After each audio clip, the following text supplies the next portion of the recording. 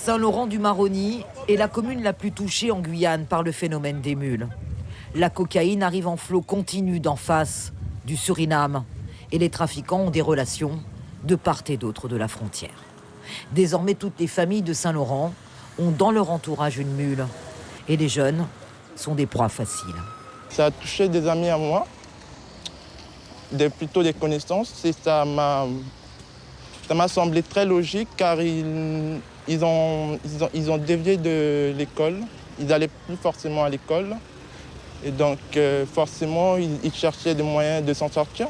Cette jeune femme a été arrêtée en décembre dernier, alors qu'elle transportait près de 4 kilos de cocaïne destinée au marché métropolitain. Elle doit bientôt passer en jugement. 33 ans, 8 enfants. Un recruteur lui a proposé 10 000 € pour faire le voyage. J'ai fait stop et quelqu'un a arrêté. Il m'a dit, tu veux faire quelque chose, tu veux gagner l'argent. J'ai dit ok. Il m'a donné une date, il m'a demandé mon nom et le jour quand je suis partie. La jeune femme est suivie par la PAMEG. L'association travaille auprès des personnes placées sous contrôle judiciaire. L'antenne de Saint-Laurent gère actuellement quasi uniquement des affaires de trafic de stupéfiants.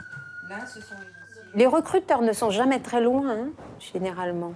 Les recruteurs ne sont jamais très loin. Ils peuvent être dans les établissements scolaires, ils peuvent être dans les quartiers, ils peuvent être n'importe où. Sachant que c'est quand même un système où tout le monde ramasse au passage. Le recruteur va ramasser, le transporteur va ramasser. Voilà, c'est toute une chaîne. Plus de 500 mules arrêtées l'an dernier en Guyane. Plus aucune communauté épargnée.